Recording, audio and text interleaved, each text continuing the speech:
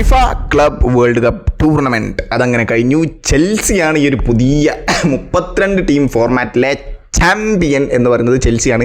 ഇനി അവർക്കൊരു 4 കൊല്ലം പറഞ്ഞെടുക്കാൻ ഞങ്ങളാണ് വേൾഡിലെ ഏറ്റവും ബെസ്റ്റ് ക്ലബ് എന്നുള്ളത് ചെൽസിക്ക് കാര്യമായിട്ട് അവർക്ക് അത് പറഞ്ഞടക്കാം. ഇനി അവർ ഡിസേർവിംഗ് ആണ്. നമ്മൾ ആ ഒരു സെമി ഫൈനലിൽ വരെ ചെൽസി എന്ന് പറയുന്നത് ഒരു എബോവ് ആവറേജ് ടീമായിരുന്നു. പക്ഷേ ഫൈനലിൽ നമ്മൾ കണ്ട ചെൽസി എന്ന് പറയുന്നത് ഒരു വേറെ ചെൽസി ആയിരുന്നു. അത് ഫൈനലിൽ കണ്ടവർക്ക് അത് നല്ലപോലെ മനസ്സിലാവും. അത്രയും ഡോമിനേറ്റ് ചെയ്ത് അത്രയും കിഡ്ലനായി നിൽക്കുന്ന PSG-യെ 3-0 എന്നുള്ളൊരു സ്കോറിന് ഡിസ്ട്രോയ് ചെയ്ത് കളഞ്ഞു, ഹ്യൂമിലേറ്റ് ചെയ്ത് വിട്ടു ചെൽസി. അതൊരു മാസ് തന്നെയാണ്. അത് നിങ്ങൾക്ക് എങ്ങനെ എനിക്ക് പറയേണ്ടത് എങ്ങനെയെന്ന് അറിയില്ല. ഓക്കെ, എസ്പെഷ്യലി കോൾ പാമർ, അദ്ദേഹം ബിഗ് ഗെയിം പ്ലെയർ ആണല്ലോ കോൾ പാമർ എന്ന് പറയുന്നത്. അദ്ദേഹത്തിൻ്റെ ആ ഒരു 2 ഗോളും ഒരു അസിസ്റ്റും, അങ്ങനെ ചെൽസി അങ്ങനെ ചാമ്പ്യനായി. ഞാനിപ്പോൾ ഈ ഒരു വീഡിയോയിൽ ഇൻക്ലൂഡ് ചെയ്യുന്നത് ബെസ്റ്റ് ടീം ഓഫ് ദ ടൂർണമെൻറ്റിലെ ബെസ്റ്റ് 11 ആരൊക്കെയാണ്. അത് ഫിഫ ക്ലബ് വേൾഡ് കപ്പ് തന്നെ അവർ പുറത്തു വിട്ടിട്ടുണ്ട്. അവർ ഗോൾ കീപ്പറായിട്ട് സെലക്ട് ചെയ്തിട്ടുള്ളത് ബോണോയാണ്. പക്ഷേ ബെസ്റ്റ് ഗോൾ കീപ്പറിനുള്ള അവാർഡ് കൊടുത്തത് ചെൽസിയുടെ ഗോൾ കീപ്പർ സാഞ്ചസിനാണ്. അതെനിക്ക് എന്താണ് ആ കോൺസെപ്റ്റ് എന്ന് എനിക്ക് മനസ്സിലായില്ല. പല സമയത്ത് ഈ ഒരു ഫിഫ് പ്രോ വേൾഡ് 11 അതിലിതുപോലെ കാണലുണ്ട്.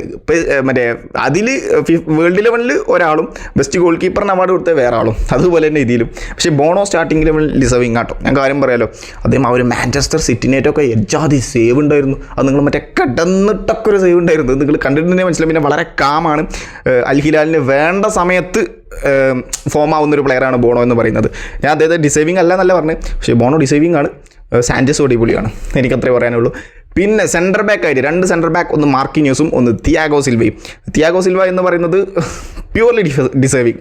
അദ്ദേഹം അൽ ഹിലാലിനെതിരെയുള്ള ഒരു മാച്ചൊക്കെ കണ്ടിട്ടുണ്ടെങ്കിൽ നിങ്ങൾക്ക് മനസ്സിലാവും. ഉച്ചക്കായിരുന്നു ആ ഒരു മാച്ചിൻ്റെ, ആ ഒരു ഉച്ചക്കും 40ാമത്തെ വയസ്സിൽ എന്ത് ഫോം, എന്ത് ഡെഡിക്കേറ്റഡ് ആയിട്ട് പേഴ്സീവറൻസ് കിഡ്ലനായിട്ടാണ് തിയാഗോ സിൽവ കളിക്കുന്നത്. അത് എനിക്ക് പറയാൻ പറ്റുന്നില്ല പല വേർഡ്സും. അദ്ദേഹം എന്താ പറയുക, ഗോൾ ലൈൻ സേവുകളൊക്കെ ഉണ്ടായിരുന്നു. ചെൽസിക്കെതിരെ ഒന്നുണ്ടായിരുന്നു. പിന്നെ അത് ക്വാർട്ടർ ഫൈനൽ അൽ ഹിലാലിനെതിരെ ഒന്നുണ്ടായിരുന്നു. അങ്ങനെ ഒരു നല്ല കോൺട്രിബ്യൂഷനാണ് തിയാഗോ സിൽവൻ്റെ ഭാഗത്തുനിന്നും ഫ്ലൂമിനൻസ് ടീമിന് കിട്ടിയിട്ടുള്ളത്. പിന്നെ മാർക്കിന്യോസ് എന്താ പറയുക, ഈ ഒരു PSG അത്രയും നല്ല ടോപ്പ് ടീമിൽ നിൽക്കുകയാണല്ലോ. അദ്ദേഹം സ്ഥിരം കളിക്കുന്ന ശൈലിയിൽ തന്നെയാണ് കളിച്ചത്.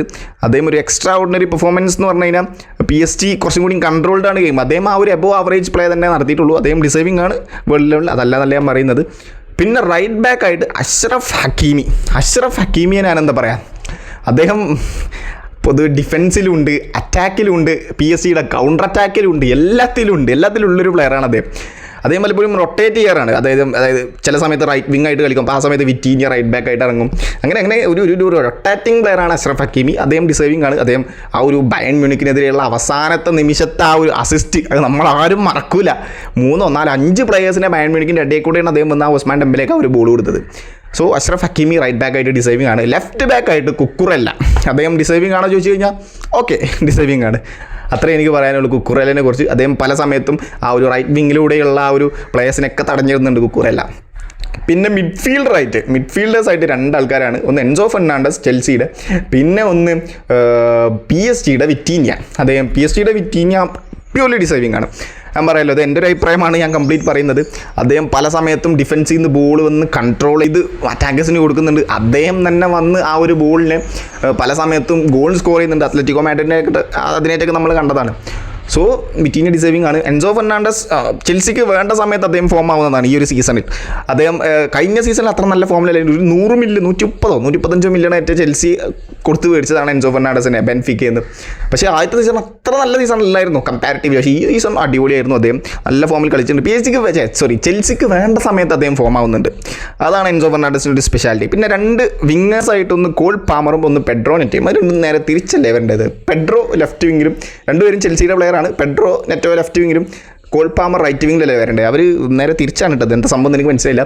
എന്തായാലും കോൾ പാമർ അത് ഡിസേർവിംഗ് ആണ്. ഫൈനലിൻ്റെ ആ ഒരു മാച്ച് മാത്രം കണ്ടാൽ മതി. അത് കോൾ പാമർ ഡിസേർവിംഗ് ആണ്. അദ്ദേഹമാണ് പ്ലെയർ ഓഫ് ദ ടൂർണമെൻറ്റും. പിന്നെ അതുപോലെ തന്നെ ലെഫ്റ്റ് വിങ്ങിൽ പെഡ്രോ നെറ്റോ അദ്ദേഹം 3 ഗോൾ അദ്ദേഹം സ്കോർ ചെയ്തിട്ടുണ്ട് ചെൽസിക്ക് വേണ്ടി. അദ്ദേഹം ഓക്കെ, എനിക്ക് ആ ഒരു സ്ഥാനത്ത് ഡെസൈഡ് ആയാലും ഇറ്റ്സ് ഓക്കെ എന്ന് പറയേണ്ട ഒരു അവസ്ഥയാണ്. എൻ്റെ ഒരു അഭിപ്രായമാണ് ഞാൻ പറയുന്നത്.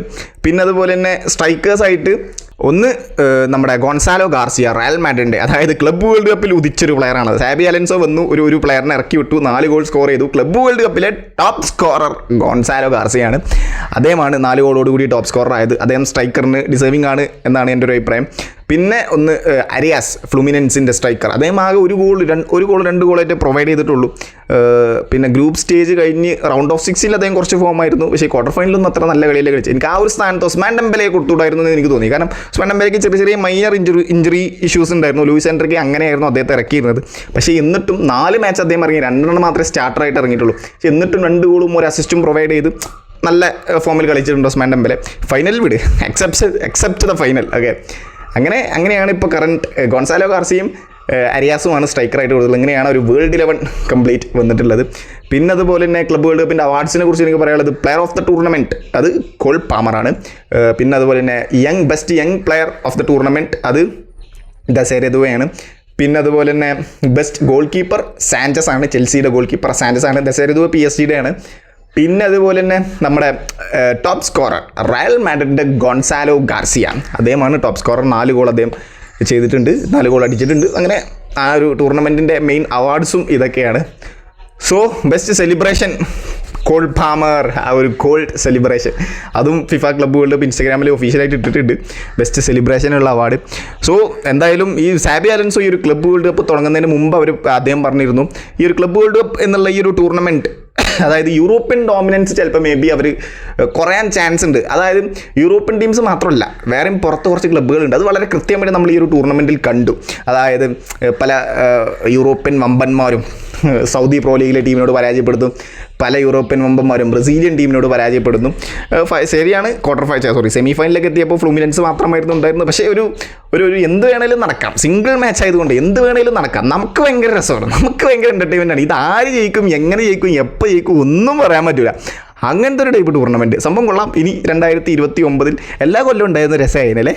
പക്ഷേ 2029 ഇനി അടുത്ത 4 കൊല്ലം കൂടുമ്പോഴല്ലേ ഉള്ളൂ നമ്മളെ ഫിഫ നാഷണൽ വേൾഡ് കപ്പൊക്കെ പോലെ.